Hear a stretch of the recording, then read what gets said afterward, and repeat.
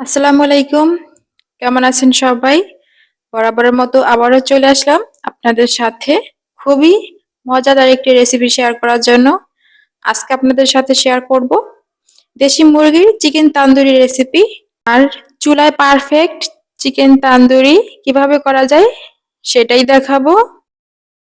এখানে আমি দেশি মুরগির একটা মুরগি 4 টুকরো করে নিয়েছি এবং এগুলো ধুয়ে খুব সুন্দরভাবে যে কেটে নিয়েছি, যাতে ভিতরে খুব সুন্দরভাবে মশলাটা ঢুকে।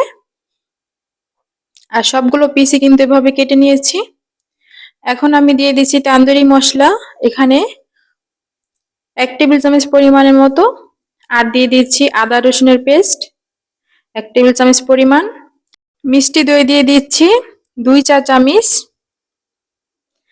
চাইলে কিন্তু টক দইটা ব্যবহার করতে পারেন। দিয়ে দিচ্ছি গরম মশলার বাটা 1 চা চামচ। 1 চা চামচ দিয়ে দিচ্ছি টমেটো সস।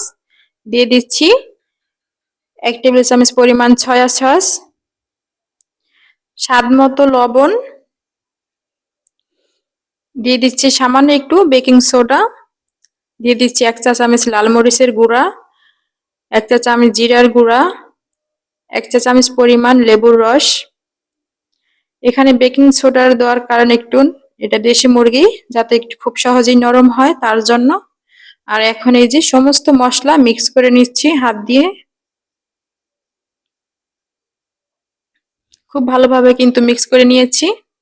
আর এই পর্যায়ে যে চিকেনগুলোর সাথে খুব ভালোভাবে মশলাগুলো মিক্স করে নিব। আর এটা কিন্তু একটু সময় ধরে করতে হবে,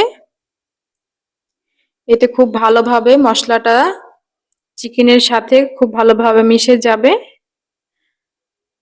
তাহলে কিন্তু চিকেনটা খেতেও খুব ভালো লাগবে।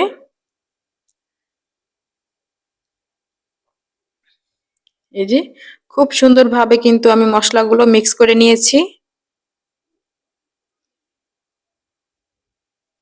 আর এখন এই যে 1 টেবিল চামচ পরিমাণ রান্নার তেল হাতের মধ্যে নিয়ে আবারও খুব ভালোভাবে একটু মাখিয়ে নিচ্ছি।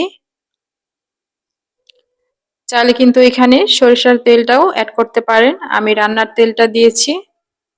এখন রেস্টে রেখে দিব 4 ঘন্টার জন্য। তো 4 ঘন্টার পর ফিরে আসলাম, এটা কিন্তু একদম সেট হয়ে গেছে। আপনারা চাইলে কিন্তু আরো বেশিক্ষণ সময় রাখতে পারেন, 6 ঘন্টা 8 ঘন্টা বা সারা রাত। তো এখন আমি এই যে চিকেন ভেজে নিব, তার জন্য চুলায় একটা প্যান বসিয়ে পরিমাণ মতো তেল দিয়ে দিচ্ছি। তেলটা হালকা গরম হয়ে আসছে, এ পর্যায়ে আমি একটা একটা করে চিকেন দিয়ে দিব।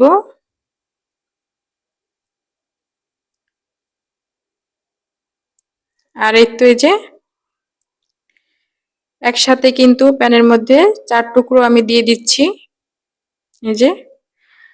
আর এখন আমি একটা ঢাকনা দিয়ে ঢেকে কিছুক্ষণ রান্না করে নিব।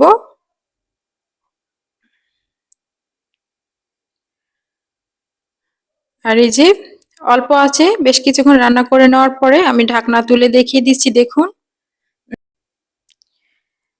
একটা সাইড কিন্তু খুব সুন্দরভাবে হয়ে গেছে। এখন আমি উল্টিয়ে নিচ্ছি।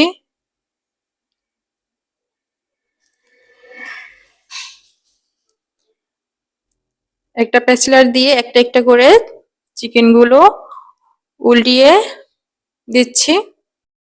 আর এভাবে কিন্তু উল্টিয়ে পাল্টিয়ে আমি চিকেনটাকে খুব ভালোভাবে ভেজে নিয়েছি।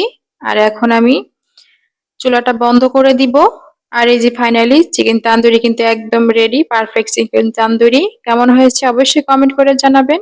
সবাই ভালো থাকবেন। আজকে এই পর্যন্তই। আল্লাহ হাফেজ।